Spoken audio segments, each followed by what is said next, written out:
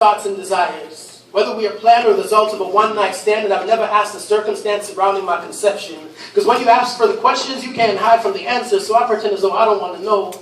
You see, my papa was a rolling stone, and I wonder if I too will follow the same path. If my home will be wherever I lay my hat, and though I try, I can't understand how I'm supposed to take it, but my mom tells me that I'm exactly like my dad because he brought her love and he left her with pain. Her version of what happened always has other names to be blamed, but you can't always be the victim. And even if you are, at some point you have to recognize the part that you have played in your own victimization, because it can't always be someone else's fault. And I have fought within myself, trying to find the best way to help, with half of me hoping that one day she'll be strong, and the other half wanting to hold her and tell her to move on, because life moves on whether or not we choose to. And throughout my moving on, I've never had the best of everything, but I've made the best of everything that I had. And my mom would probably kick my butt for coming here and telling me there was a time when our dinner came from the food bank, and I watched how that hurt her pride as she denied herself to provide for her kids. And it would be a lie if I said that I never cried, because on many nights I did, but it was in those times that I offered up the most praise, because rainy days don't last forever, and the sun is sure to shine. So when people ask me why I write, it's because my life depends on it, and I'm trying to master myself and become a slave to my pen, writing wherever and when God sends the inspiration, hoping to set my demons free, hoping to find peace, because inner peace is increasingly hard to find. I just want to be loved, not for who you think I am or who you want me to be. I want to be loved for me, a black man who's in love with his people, but not at the expense of his love for all people, because the price of hating others is that you love yourself less, and hate runs deep in the hearts of many. I'm a black man who daily overcomes fear and shyness to speak in a world where it is far easier to remain silent. I'm a black man who's a work in progress. What you see is what you get, and by tomorrow I might have changed, because I'm not too old to grow. And until God comes down and clutches me from this earth with his hands,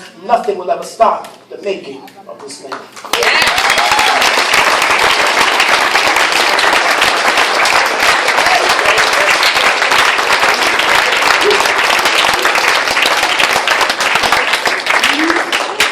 All right, so I'm going to do these last two pieces.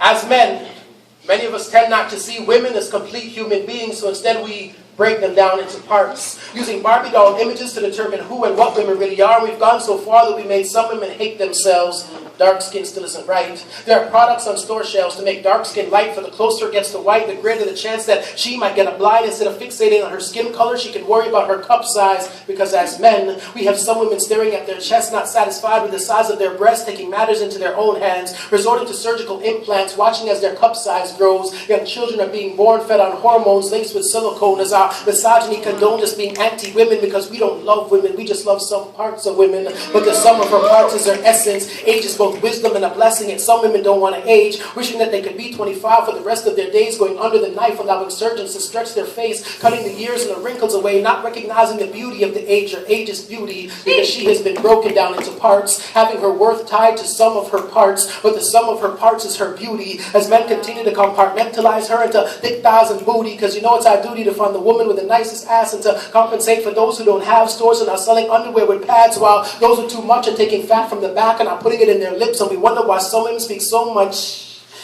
doing just about anything to be shaped like an hourglass. Skinny girls have eating disorders, thinking that they're fat, while big girls are on diets trying to look like that. And it would appear to me as though women have gone mad, trying to live up to these standards as we as men set but could never pass. So she tries to pass by introducing him to her soul, but his sole thought is that her soul is just a hole. So he loves her for her whole, and he thinks she's just a hole. He forgets about her soul and judges her by her whole. But men, we've got to love her as a whole. We've got to love her wholeheartedly, holistically. We have got to love she who holds the mystery to carry we to life. We've got to love her not by our standard, but by God's standard of perfection. She is deserving of love, respect, and affection as is. The gods made no mistakes when they created their kids, so we have to recognize that every woman is a star who needs to be loved for who she is and for the sum of all her parts.